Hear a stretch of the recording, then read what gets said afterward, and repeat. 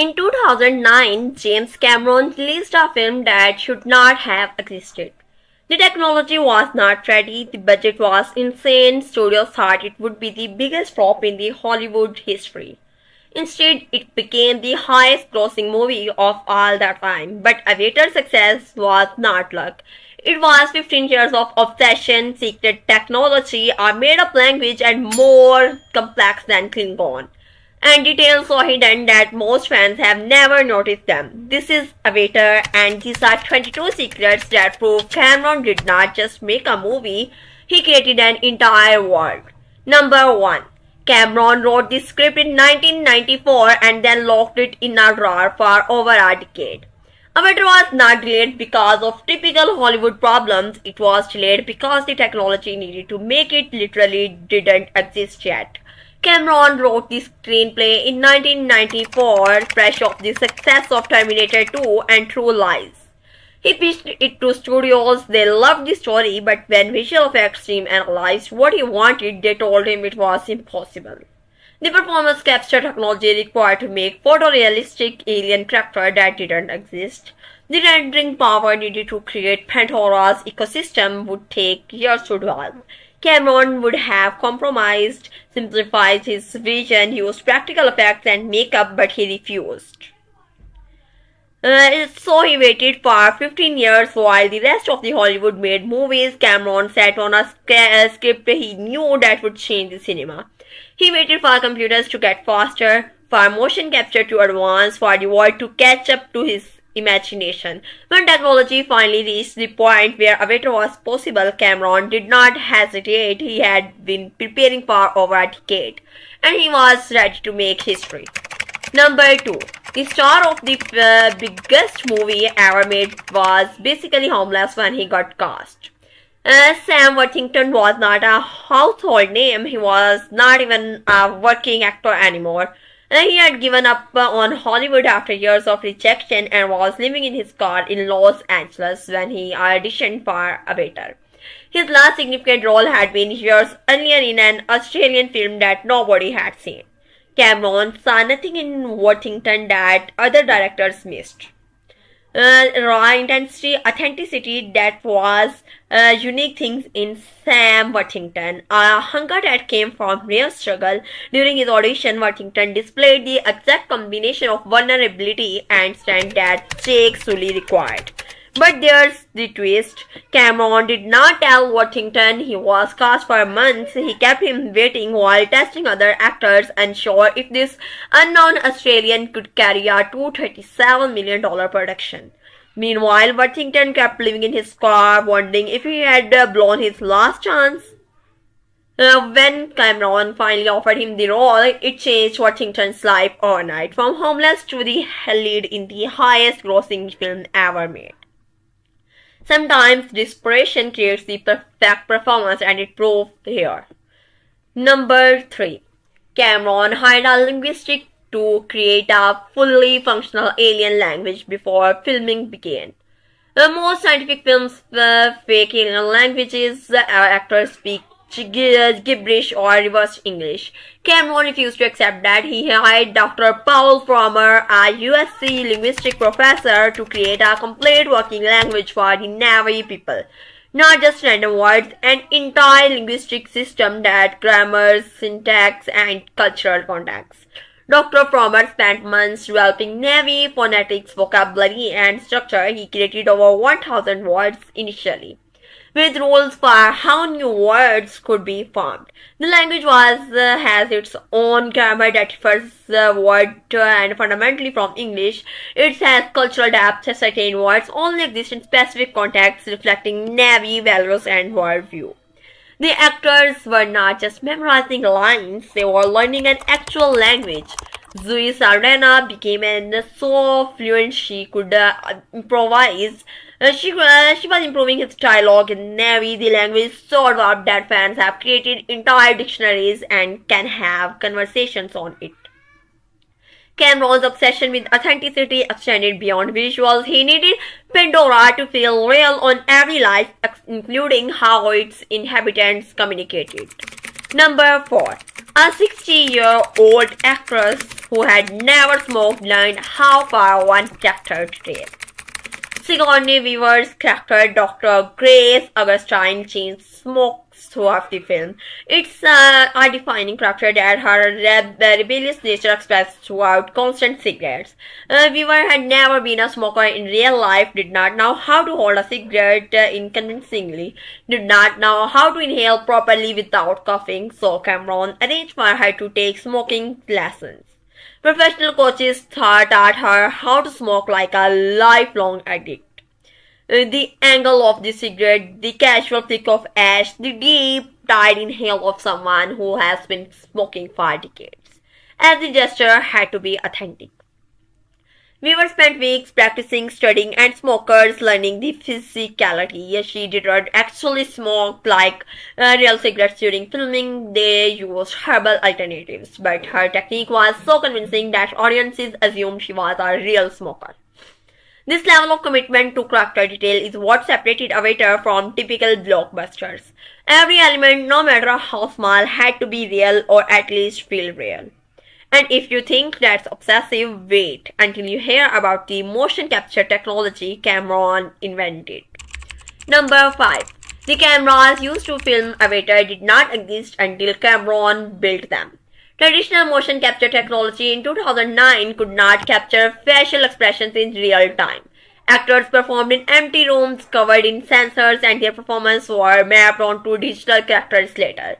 Cameron knew this would not work for Avatar. He needed to see Navy characters in real time, interacting with Pandora's environment while filming. So he invented a solution. Cameron and his team developed the Simulcam system, a revolutionary camera that combined live action footage with CGI in real time.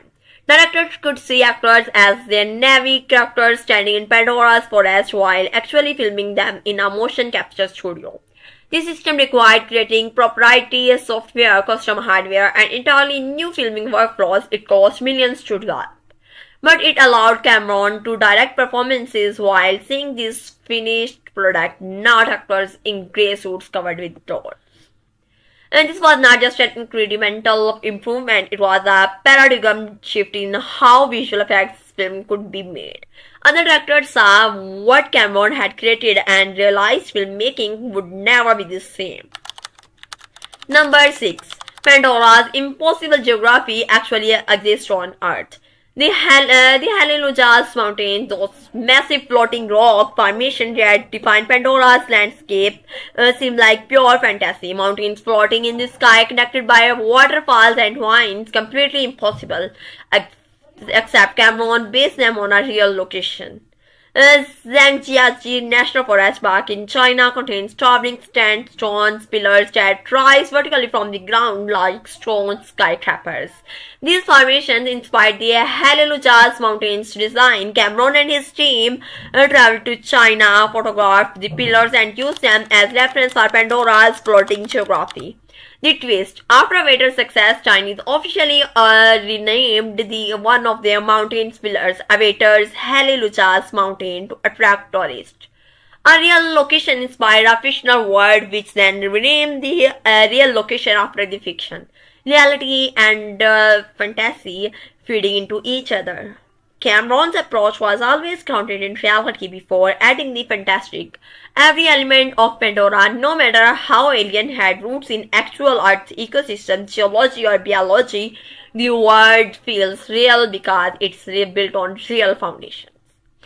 Number 7. The villain's death was changed because the first version was too brutal. Colonel Miles Quaritch, played Stephen Lang, is Avatar's human antagonist. His death in 2 arrows through the chest, followed by Neytiri, is violent but relatively quick.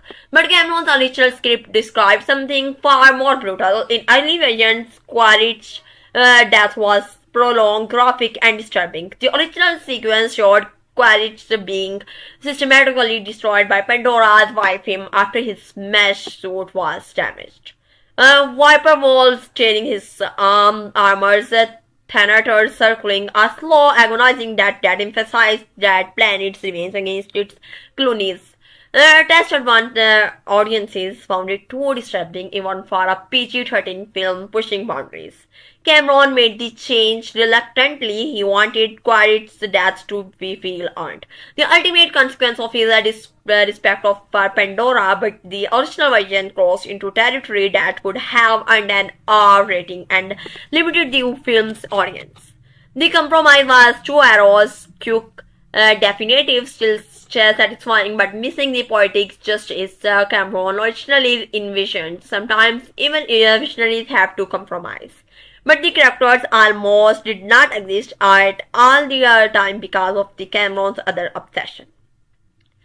Number 8. Cameron's favorite actor from Terminator and Alien was considered first. Before Stephen Lang terrorized Pandora as Colonel Quaritch, Cameron wanted Michael Biehn for the role. Biehn had played Kyle Reese in The Terminator and Corporal Hicks in The Aliens, two of the Cameron's most memorable tough guys heroes. For Avatar, Cameron wanted to cast him as the villain. Ben Reed for the part. Cameron seriously considered it, but ultimately the director decided Ben's screen presence was too heroic. Audiences loved him too much for previous Cameron films. Casting him as Quaritch might create sympathy for a character who needed to be purely antagonistic. Stephen Lang brought a different energy, harder, colder, more militaristic without the underlying humanity that were naturally projected. Lang's Quaritch is intimidating from his first scene, never wavering in his commitment to the mission regardless of moral cost. Ben later expressed disappointment about not getting the role, but he understood the Cameron's reasoning. Sometimes the actor's previous success prevents them from taking new directions. The audience affection became a creative limitation. Number 9. Everyone mocked the mineral's name without realizing its legitimate science technology. Critics and audiences ridiculed unobtainium as lazy word building. A valuable mineral called unobtainium, it sounded like a joke, like Cameron could not be bothered to create a proper fictional element name. The mockery was immediate and widespread. Scientific fans were particularly harsh. But they were all wrong, and obtainium is an actual engineering term that's existed since 1950s. Engineers use it to describe any theoretical material with properties so ideal they are practically impossible to manufacture. Room temperature superconductors, perfectly rigid substances, material that exist in theory but not in practice. Cameron did not invent the term. He used real scientific jargon, and it was period appropriate for the film's 2154 setting. The name is intentionally ironic with the story. Humans traveled across the galaxy to obtain the literally unobtainable mineral. It's a deliberate commentary on colonial exploitation. The critics who mocked it revealed their own ignorance. Cameron had done his research. The name was scientifically accurate and thematically appropriate. But perceptions became reality, and unobtainium is still cited as evidence of weak world building by people who don't know its origin. Number 10. Avatar was not one film, it was always planned as 5. While most directors of their films succeed enough to warrant a sequel, Cameron planned 5 Avatar films before the first one was released.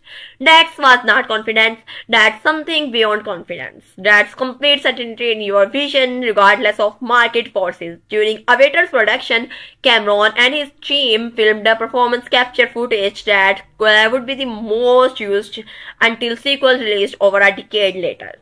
Actors performed scenes for Avatar 2 and 3 during the original film's production. Some footage shot in 2007 and 2008 won't appear on screen until Avatar 5's release.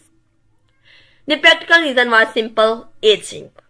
If Cameron waited 10 years between films, his actors would age noticeably, but their Na'vi character would not.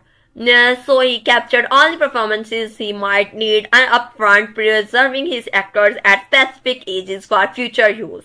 This approach required unprecedented planning. Cameron needed to have significant portions of all the five scripted before shooting the first one. He needed to know character arcs, plot developments, and emotional beats years in advance.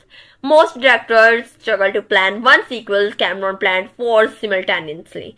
The gamble assumed Avatar would be successful enough to justify your sequels. If it had flopped, years of work and millions of dollars would have been wasted, but Cameron knew somehow he knew. Number 11. The bonding scene was cut from something far more explicit. Jack and Natalie's connection scene, where they bond together through their neural cues under the trees of voices, is tastefully handled in the final film. Implied intimacy without explicit content. Beautiful, emotional, appropriate for a PG-13 rating. Cameron's original cut was significantly longer and more explicit, not sexually graphic but far more detailed in showing the physical and spiritual connection between Navy partners. This scene explored the unique aspects of Navy bonding, showing how their neural connections created experiences impossible for humans. Test audiences responded positively to the emotional content but felt uncomfortable with the extended sequence. The scene became distracting, pulling viewers out of the story's momentum. It felt too intimate, like watching something private that should not be shared. Cameron recognized the problem and cut the scene down to its essential emotional beats. The connection is established, the intimacy implied, but viewers are not forced to watch every detail. It's one of the few times Cameron chose restraint over explicit word building. The deleted footage was never had been released. Cameron felt it served no purpose outside the film's original cut. Some details are better left to imagination. But if that surprised you, wait until you hear about the alternate ending. Number 12. The theatrical ending was not Cameron's first choice. Avatar's theatrical ending shows Jack permanently transferring his consciousness into his Navy's Avatar body, completing his transformation. It's poetical, hopeful, a literal rebirth that reinforces the film's environmental and spiritual themes. Perfect closure. But Cameron filmed an alternate ending that's darker and more ambitious. In the version, Jack's consciousness transfer is less certain. His human body dies, but whether his consciousness successfully transferred remains unclear. The film ends with Neytiri holding Jack's Navy body, his eyes still closing, waiting to see if he will wake up in his new version. The test audience hated it. They have never invested 3 hours in Jack's journey and wanted definitive closure. The ambiguous ending felt like a betrayal. Cameron had earned the right to a happy ending and audience wanted to see it delivered clearly. Cameron agreed sometimes the darker choice is not the better choice. He went with the ending that provided emotional satisfaction while still maintaining thematic integrity. Jack completes his transformation. He became fully Navy. The journal has a clear destination. The alternate ending appears on special edition Blu-rays but never gained traction. Most fans prefer the theatrical version. Sometimes test audiences are right. Number 13. Trudy's heroic death was not part of the original plan. Trudy Chacon, the badass pilot, played the Michael Rodriguez sacrifices herself during the final battle defending the Navy against Quadrit's forces. It's a heroic death that cements her as a true ally. But in Cameron's original screenplay, Trudy survived the battle. Cameron changed it during production for narrative reasons. The final battle needed real stakes, consequences that matter. If all the sympathetic human characters survived, the victory would feel too clean. War has cost. Cameron needed audience to feel those costs viscerally. Rodriguez understood that was disappointment. She had never developed the character with the expectation of appearing in sequels. Trudy's survival would have given Cameron interesting storytelling option for future films. A human fully integrated into Navy's society, bridging two workers and two worlds. But Cameron's made the calculation that Trudy's death served the first film's narrative more effectively than her survival would serve future installments. Sometimes characters have to die for the story to resonate. Rodriguez gave him a death scene so heroic it became one of the most memorable film's moments. Number 14. Those braided neural cues are not just fantasy, they are based on actual neuroscience. The Navy ability to form neural connection with animals and plants through their braided cues seems like pure scientific invention. But Cameron based the concept on real biological systems, mycorrhizal networks, underground fungal connections between trees allows for us to share resources and information. Scientists call these networks the wood wide web. Trees communicate through chemical signals transmitted via fungal connections. They share nutrients with struggling neighbors. They warn each other about insect attacks. It's a biological internet that's existed for millions of years. Cameron exploited this concept to create Pandora's ecosystem. If plants can network through fungal connection, what if an alien species evolved direct neural interfaces? The Navy's cues are biological USB cables, evolutionary adaptation for a planet where everything is literally connected. Eva, the planetary consciousness, is Cameron's take and Gaia's hypothesis. The idea that Earth itself functions as a single living organism, Pandora literalizes this concept through neurological connections. The planet is not metaphorically alive, it's actually sentient with the Navy as its nervous system. The scientific foundation makes Pandora feel plausible despite being completely fictional. Cameron's words work because they follow logical rules based on the real sciences. Number 15. Jake Sully almost sounded completely different. During early ages, Sam Worthington performed Jake Sully with his natural Australian accent. Cameron initially spotted his choice, thinking it wouldn't differentiate Jack from typical American military characters and emphasize his outsider status. But test footage revealed a problem. Audiences found the accent distracting. It pulled them out of the story, making them think about Worthington, the Australian actor, instead of Jack, the character. The disconnect was subtle but persistent. In test screenings, viewers consistently mentioned the accent as something that bothered them. Cameron made the call Worthington would use an American accent for an Australian actor. This meant completely changing his vocal patterns, rhythm, and inflection. He worked with dialect coaches for months, erasing his natural speech patterns to create Jack's voice. The change required reshooting significant footage that had already been captured, expensive, time-consuming but necessary. But Cameron knew that if audiences were thinking about accents, they were not thinking about the story. Even every distraction had to be eliminated. Worthington's American accent is now so associated with Jack Sully's that fans forget his Australian. The performance erased the performers completely. That's when acting truly works. Number 16. Cameron filled a waiter with the hidden callbacks to his previous films. James Cameron loves planting Easter eggs for observant fans. Avatar contains at least 13 direct references to his 1986 film Aliens, creating an unofficial connection between the space-based universe. These are not accidentals, they are deliberate winks to his filmography. Quadrich's battle mesh sword echoes the power loader replay used to fight the alien queen. The corporate greed driving RDA's Pandora's exploitation mirrors Wayland Yutanis Xenomorph's exploitation. Sigourney Weaver appears in both films as strong woman standing against corporate evil. The military jargon is nearly identical, even small details connect the dropship designs. The cryo-sleep pods, the way Marines talk about missions. Cameron was creating consistent visual and narrative language across his scene fiction films. Fans would have watched Aliens recognize familiar elements, creating subconscious comfort with Avatar's world.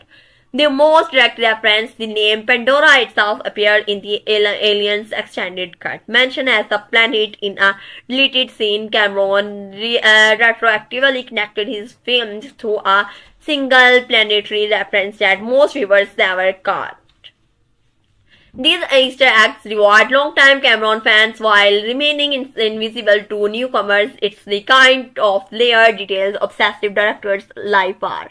But Cameron's obsession went beyond just callbacks to his own work. Number 17. Nothing in this alien world exists without a reason. Most scientific films create alien environments that look cool but don't function as actual ecosystem. Cameron refused to work that way. Every plant, animal, and organism in Pandora's environment serves as a specific ecological purpose. The world function as an ecosystem with predators, prey, symbiotic relationship, and energy flow. Cameron hired botanists and zoologists as consultants. They analyzed Pandora's flora and fauna, ensuring nothing violated basic biological principles. If a plant existed, it needed a pollination strategy. If an animal existed, it needs a food source. Everything connected. The bioluminescent plants are not just pretty, they are a part of Pandora's neural work. Reacting to chemical signals from their organisms, the helicorydians, those spiral plants that retract when touched, evolved as a defense mechanism against herbivores. The wood sprites, those floating jellyfish-like seeds, are Ava's way of gathering and transmitting information across the planet. This level of ecological design is invisible to most viewers. They see a beautiful alien world without realizing it's a functional ecosystem that could theoretically exist. That's Cameron's genius. The details you don't consciously notice create the unconscious feeling that this world is real. Number 18. Neytiri's incredible physicality came from an actress who refused stunt doubles. Zoe Saldana trained for months to perform Neytiri's acrobatic movements herself. She studied archery, martial arts, and parkour to achieve the fluid animalistic grace that defines her character. Most of the Neytiri's action sequence featured Saldana actual performance, not stunt doubles. The training was brutal. Saldana worked with Navy SEAL trainers to develop warrior physicality. She learned traditional archery techniques that required tremendous upper body strength. She practiced moving in the ways that felt aliens. How would a species that evolved in Pandora's lower gravity more differently from humans? During motion capture sessions, Saldana performed while wearing a tail that affected her balance and movement. She had to learn compensate for the added weight and length. Incorporating it into her physical performance, the tail was not added in post-production. It was physically present, forcing her to adopt her environment. Her commitment paid off. Neytiri's movies, unlike any other CGI character in the film, the performance feels genuinely alien but emotionally authentic. That's because underneath the blue skin and motion capture technology, it's real actors performing real movements with real skill. Number 19. Cameron wrote a screenplay that should have been 4 hours long. The average screenplay is 90 to 120 pages, with each page roughly equal to 1 minute of screen time. Avatar's theatrical runtime is 162 minutes. Cameron's original screenplay was over 350 pages. The math does not work unless you are playing a massively longer film. Cameron wrote extensive world-building details into the script that would never appear on the screen. Character black stories, cultural explanations, ecological descriptions, political dynamics between Navy clans. He wrote a novel disguised as a screenplay, knowing most of it would be cut. But those unnecessary details served a purpose. They gave actors context for their performance. They helped designers understand the world they were building. They ensured every department was working from the comprehensive version of Pandora. The cuts were painful. Hours of the character development, subplots, and world building ended up into cutting room floor. Cameron released an extended cut that restored some material, but hundreds of the pages remain unseen. The script exists as a blueprint for a larger universe Cameron plans to explore across 5 films. But viewers what see is the surface. The script contains depth that would not be revealed for years. Number 20. The director bet his own money on Avatar's success. Avatar's budget ballooned to $237 million during production, and 20th Century Fox executives were panicking. They had already invested more than any scientific film in the history, and Cameron kept demanding more. More time, more technology, more resources, more money. Fox threatened to shut down production unless Cameron agreed to compromises. Cameron refused. He believed absolutely in his vision but would not accept shortcuts that would compromise the final product. But he needed leverage to force the studio to continue funding. So he made a deal. Cameron would defer his entire fictional fee millions of dollars until after the film's release. He had only get paid if Avatar succeeded. If it flopped, he would walk away with nothing after years of work. The gamble was insane. He was betting his entire compensation on a film industry experts predicted would be a disaster. But Cameron knew. He had seen enough test footage to understand what he had created. He knew audience would respond. His certainty was absolute. Avatar earned $2.9 million worldwide. Cameron's second deal made him one of the highest paid directors in history. He bet everything and he won. But the real gamble was what money next. Number 21. Avatar's environmental message was not just marketing. Cameron put his money where his mouth is.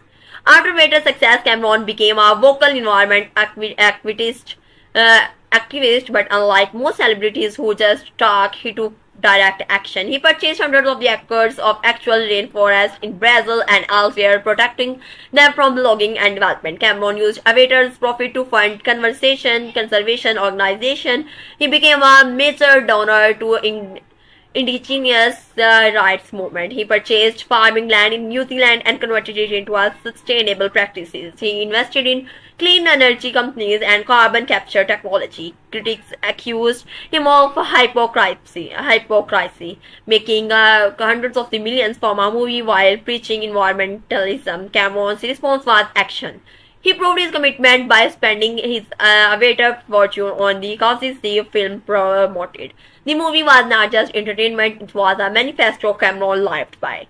He also established educational programs teaching filmmaking techniques to indigenous communities, giving them tools to tell their own stories. Avatar's message about respecting indigenous culture and protecting nature became Cameron's personal mission. The film changed more than cinema, it was changed what one filmmaker did with his influence and wealth. Number 22. The film permanently changed how movies are released and viewed. Before Avatar, 3D was considered as the gimmick. A few horror films and kids movies used it, but serious filmmakers avoided it. Audiences associated 3D with cheap thrills and uncomfortable glasses. It was a novelty, not a legitimate artistic tool. Cameron changed everything. He used 3D not for cheap jump scares, but to create depth and immersion. Pandora's forest felt like spaces you could walk into. The floating mountains had genius dimensionally. The technology enhanced storytelling instead of distracting from it. Avatar's success convinced the studios that 3D could be profitable. Within 2 years, nearly every major blockbuster was released in 3D. Theater chains upgraded to 3D projectors. Tickets prices increased to reflect the premium experience. The entire industry infrastructure changed because of one film's success. But the technology was not just the beginning. Avatar proved the audience would embrace fully CGI characters in lead roles if the performances were genuine. It proved that original scientific properties could compete with franchises and sequels. It proved that environmental and political message could coexist with blockbuster entertainment. Cameron did not just make a successful film, he redefined what blockbusters could be. And he's not just finished yet, and 4 more Avatar films are coming. each promising to push boundaries farther than the last. The question is not whether Cameron will succeed, it's how far he will go this time. It started as an impossible dream locked in a drawer. For 15 years, it became the highest grossing film of all the time and changed cinema forever. James Cameron did not just make Avatar, he waited for the world to catch up to his vision, and when it finally did, he showed us what movies could be. Hidden languages, secret ecosystem, technology invented just to film it, an environmental message backed by real action, and a director who bet everything on a film everyone said would fail. Avida was not just ahead of its time, it created its own time, and with four more filming coming, the revolution is not over, it's just beginning. If you are obsessed with the hidden secrets and insane stories behind cinema's biggest achievements, smash that subscribe button and drop a comment and tell us what legendary films we should explore next. Because the deeper you look, the more incredible stories became. Thank you.